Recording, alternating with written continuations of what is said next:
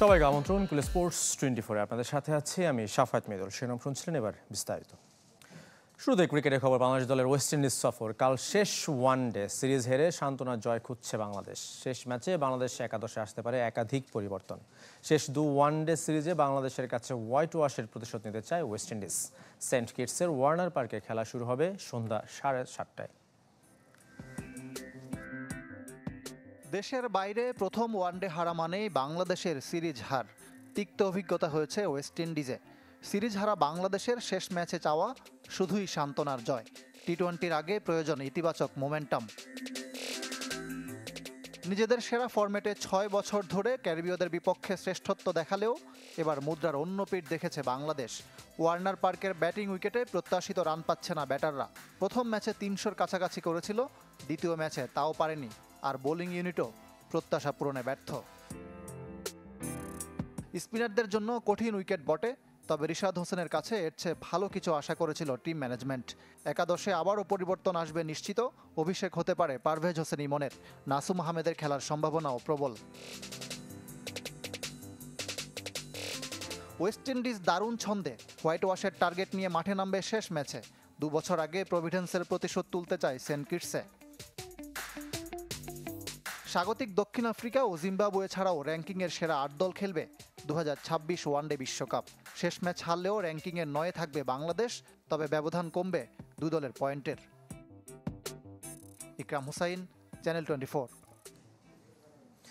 এদিকে test allrounder র্যাঙ্কিংয়ের 2-এ মেহেদী হাসান মিরাজ। 2 ধাপে গিয়েছেন বাংলাদেশ অলরাউন্ডার। তার উপরে এখন শুধু ভারতের রবীন্দ্র জাদেজা। তবে র্যাঙ্কিংয়ে আলোচিত নাম ইংল্যান্ড ব্যাটার হ্যারি ব্রুক। টেস্টে প্রথমবারের মতো উঠে এসেছেন 1 নম্বরে। পেছনে ফেলেছেন স্বদেশি জো রুটকে। দুজনের পয়েন্ট ব্যবধান মাত্র 1। উন্নতি হয়েছে অস্ট্রেলিয়ার ট্রাভিস হেট ও দক্ষিণ আফ্রিকা অধিনায়ক টেম্বা বাভুমার। 6 ধাপে এগিয়ে হেট এখন 5 নম্বরে। 3 ধাপে এগিয়ে বাভুমার অবস্থান 7-এ। বাংলাদেশি ব্যাটারদের মধ্যে সবচেয়ে বেশি 21 ধাপে গিয়েছেন জাকের আলী, আছেন 63 নম্বরে। এবার এনসিএল টি-20-র খবর। রান উৎসবের মধ্য দিয়ে সিলেটে শুরু হলো নতুন টুর্নামেন্ট। রুদ্ধশ্বাস প্রথম ম্যাচে 6 উইকেটে হেরেছে স্বাগতিকরা। শেষ বলে 6 হাঁকিয়ে ঢাকা বিভাগের জয় নিশ্চিত করেন শুভাগত হোম। 412 রানের ম্যাচে সেঞ্চুরিয়ান সিলেটের জিশান আলম। শেষ বলে দরকার 5 রান। নায়ক হতে হলে যা দরকার তাই করলেন শুভাগত হোম। তার 6-এ বোলার তোফায়েল আহমেদ বনে গেলেন খলনায়ক। হতাশা নিয়ে পড়ে রইলেন উইকেটে। তখন ঢাকা বিভাগের মধ্যমণি শুভাগত 205 রান তাড়া করে জয়। 6 বলে 12 রানের সমীকরণ মিলিয়েছেন। এর আগের ওভারেই ক্যাচ দিয়েছিলেন শুভাগত হোম।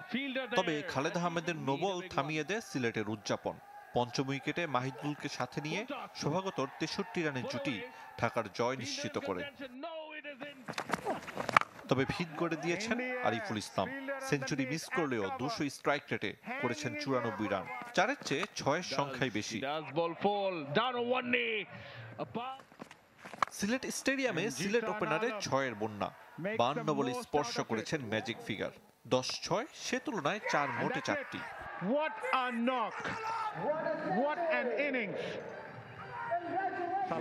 বিপিএল ঘিরে দীর্ঘদিনের অভিযোগ রান খরা।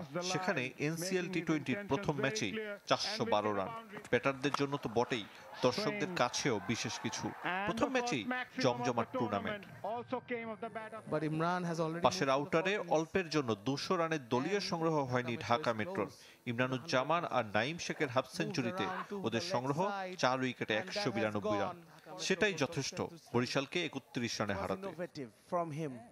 আরিফুল ইসলাম, চ্যানেল 24। তামিম ইকবালের ক্রিকেটে প্রত্যাবর্তন স্মরণীয় হলো না। 7 মাস পর খেলতে নেমে মাত্র আউট হয়েছেন 13 রানে। রংপুরের কাছে 5 উইকেটে হেরেছে তার দল চট্টগ্রাম। সিলেট স্টেডিয়ামে আগে ব্যাট করে চট্টগ্রামের সংগ্রহ 9 উইকেটে 132 রান। সর্বোচ্চ 27 রান করেছেন মুমিনুল হক। পেসার মুকিদুল ইসলাম নিয়েছেন 3 উইকেট। জবাবে তানভীর হায়দারের 41 রান গড়ে দেয় জয়ের ভিত। আকবর আলী করেছেন 25 রান। 22 বল হাতে রেখে জয় নিশ্চিত করেছে রংপুর। সিলেট একাডেমি মাঠে ডিএল মেথডে খুলনাকে 11 রানে হারিয়েছে রাজশাহী। আগে ব্যাট করে আইজুল হাকিমের 53 ও নুরুল হাসানের 37 রানের সুবাদে খুলনার সংগ্রহ 7 উইকেটে 172 রান। জবাবে রাজশাহীকে ভালো শুরু এনে দেন হাবিবুর রহমান। 38 বলে করেছেন 66 রান। রাজশাহী 3 উইকেটে 153 রান করার পর বাধা আলোক স্বল্পতার। 16 বল করতে হতো 20 রান। ডিএল মেথডে তাই জয় পেয়েছে রাজশাহী। এদিকে কালো এনসিএল টি-20 4 ম্যাচ। দিনের প্রথম 2 ম্যাচে মুখোমুখি ঢাকা মেট্রো রাজশাহী ও রংপুর ঢাকা। আর দুপুরে হবে বরিশাল খুলনা এবং চট্টগ্রাম সিলেট ম্যাচ। একাডেমি গ্রাউন্ডে ফ্লাড লাইট না থাকায় বিকেলের ম্যাচের টস এগিয়ে আনার সিদ্ধান্ত টুর্নামেন্ট কমিটির। তবে সেটা যদি প্রথম ম্যাচ 1টার মধ্যে শেষ না হয়। চ্যাম্পিয়ন্স ট্রফির শিরোপা এখন কক্সবাজারে, তবে খুব বেশি আগ্রহ নেই সাধারণের মাঝে। সকালে বাংলাদেশের ঐতিহ্যবাহী সাম্পান নৌকায় ট্রফি রেখে ফটো সেশন করা হয়। এরপর লাবণী পয়েন্টে সাধারণের জন্য তা উন্মুক্ত করে দেওয়া হয়। কাল ঢাকায় বসুন্ধরা শপিং মলে সাধারণের জন্য উন্মুক্ত হবে ট্রফি। সবশেষ শুক্রবার মিরপুর স্টেডিয়ামে শুধুমাত্র ক্রিকেট সংস্কৃতির জন্য ছবি তোলার সুযোগ থাকবে। যদিও ফেব্রুয়ারির টুর্নামেন্ট নিয়ে এখনও কোনো সিদ্ধান্ত নিতে পারেনি আইসিসি।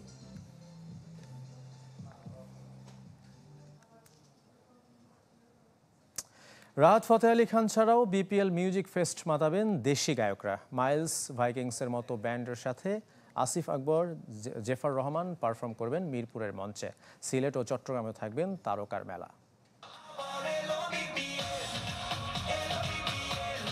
উৎসব বলতে যা বোঝায় তার পরিপূর্ণতা নিয়ে প্রস্তুত বিপিএল মিউজিক ফেস্ট। শুরুটা ঢাকা থেকে 23 ডিসেম্বর। একদিন করে বিরতি দিয়ে সিলেট ও চট্টগ্রামে হবে বাকি 2 আয়োজন। তবে শুরু আর রাজধানী বলে ঢাকাতে হবে সবচেয়ে বড় আয়োজন, যার আকর্ষণ রাহাত ফতেহ আলী খান। কাওয়ালির জন্য বিখ্যাত পাকিস্তানের এই শিল্পী আসছেন বাংলাদেশে। কিংবদন্তি শিল্পী নুসরাত ফতেহ আলী খানের ভাতিজা রাহাত ফতেহ আলী মাত্র 3 দিনের মধ্যে 2 বার পারফর্ম করবেন বাংলাদেশে। 21 ডিসেম্বর আর্মি স্টেডিয়ামে স্পিরিট অফ জুলাইয়ে বিনা মূল্যে পারফর্ম করলেও পারিশ্রমিক দিবেন 23 ডিসেম্বর মিরপুর স্টেডিয়ামের আয়োজনে।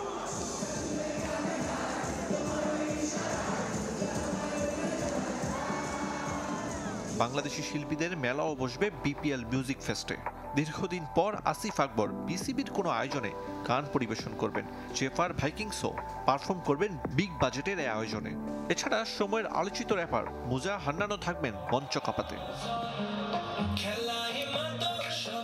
সন্ধ্যা 6টা থেকে শুরু হবে সুরের উৎসব, চলবে রাত 11টা পর্যন্ত। প্রথম 2 ঘন্টা দেশি শিল্পীদের জন্য বরাদ্দ। এরপর ছোট্ট বিরতি দিয়ে মঞ্চে উঠবেন রাহাত ফতেহ আলী খান।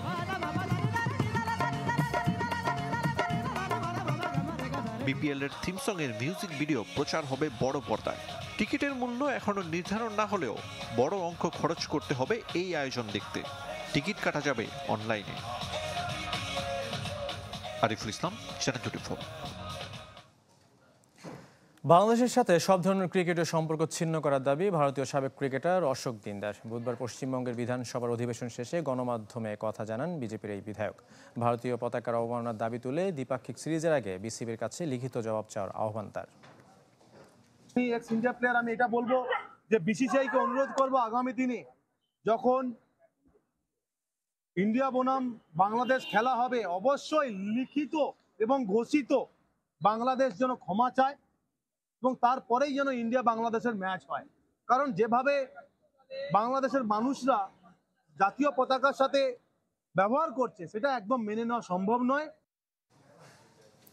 29 জেলা ফুটবল অ্যাসোসিয়েশন ভেঙে দিল ফুটবল ফেডারেশন। যাদের ভোটে মাত্র কদিন আগে নির্বাচিত হয়েছেন বাফুফে কর্তারা, তারাই ফুটবল পরিচালনায় নিয়মিত না হওয়ার অভিযোগে তাদের বিরুদ্ধে এই সিদ্ধান্ত নিয়েছে। আপাতত অ্যাডহক কমিটি হলেও নির্বাচন হবে 3 মাসের মধ্যে। বাড়ছে রেফারিদের পারিশ্রমিক। জাতীয় দলের হেড কোচের ব্যাপারে সিদ্ধান্ত হবে 1 সপ্তাহের মধ্যে। বাফুফের গলার কাটা জেলা ফুটবল অ্যাসোসিয়েশন। পুষতে হচ্ছে কিন্তু কোনো অনুদান যেমন দিতে পারছে না, তাই ফলও মিলছে না। সমস্যা জর্জরিত 29টি ডিএফএর কমিটি বিলুপ্ত ঘোষণা করেছে বাফুফের ডিএফএ মনিটরিং কমিটি। তদন্ত হয়েছে 35টি জেলায়। তবে যাদের ভোটে নির্বাচিত তাদের বিরুদ্ধে নির্বাচনের পর কেন এমন সিদ্ধান্ত, তার সদুত্তর নেই বাফুফে কর্মকর্তাদের কণ্ঠে।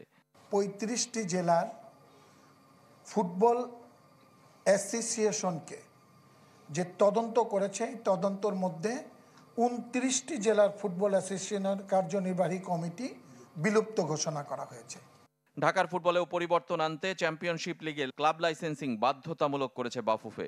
এবার কোনো রেলিগেশন নেই, খেলবে অন্তত 8 দল। জাতীয় দলের কোচ নিয়েও সিদ্ধান্ত হয়নি, ভার পড়েছে ন্যাশনাল টিম ম্যানেজমেন্ট কমিটির উপর, যেটার চেয়ারম্যান স্বয়ং বাফুফে সভাপতি। আমরা 7 দিনের মধ্যে আমাদের প্রেসিডেন্ট সাহেব আমাদেরকে নিয়ে আবার বসবেন, বসে এই ব্যাপারটায় উনি সিদ্ধান্ত নেবেন। এর আগেও ধর্মঘটে গিয়েছিল ফুটবল রেফারিরা, এবারও সে হুমকি দিয়ে রেখেছিল।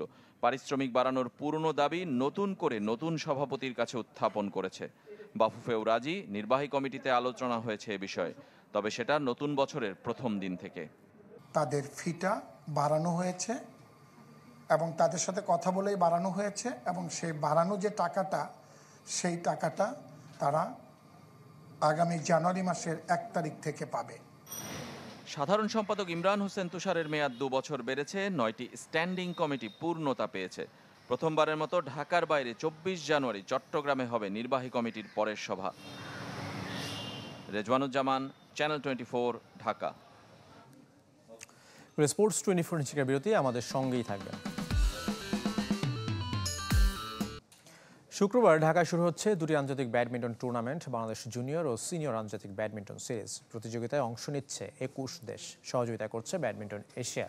13 থেকে 15 ডিসেম্বর জুনিয়র বিভাগে বাংলাদেশের 55 জন সহ ভারত ও ইন্দোনেশিয়ার 114 জন শাটলার অংশ নেবেন। এরপর 17 থেকে 21 ডিসেম্বর হবে সিনিয়র বিভাগের খেলা, যেখানে বাংলাদেশের 61 জন সহ ইন্দোনেশিয়া, ইংল্যান্ড, সিঙ্গাপুর সহ 19 দেশের 228 জন শাটলার অংশ নেবেন। আসলে 2 বিভাগে 20,000 মার্কিন ডলার প্রাইজ মানি থাকছে। মোট বাজেটের অর্ধেক 35 লাখ টাকা দেবে ইওনেক্স। পুরো টুর্নামেন্টে আর্থিক সহযোগিতা করছে ক্রিকেট বোর্ড। শুক্রবার ঢাকায় শুরু হচ্ছে এম্বাসি ফুটবলের পঞ্চম আসর। 2 দিনব্যাপী টুর্নামেন্টে অংশ নেবে 20টিরও বেশি দূতাবাস, হাই কমিশন ও আন্তর্জাতিক সংস্থা। বারিধারা ঢাকা ইন্টারন্যাশনাল স্কুলে হবে আসরের 48 ম্যাচ।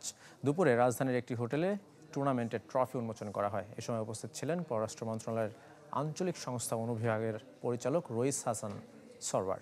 2018 সাল থেকে এম্বাসি ফুটবল ফেস্টের আয়োজন করে আসছে গেম প্লে। শনিবার টুর্নামেন্টের ফাইনাল। শেষ করবে কুল স্পোর্টস 24 খেলা সব আপডেট ও রিপোর্টগুলো দেখতে ভিজিট করুন facebook.com/sports24 টিম এই পেজে। ধন্যবাদ সঙ্গে থাকার জন্য।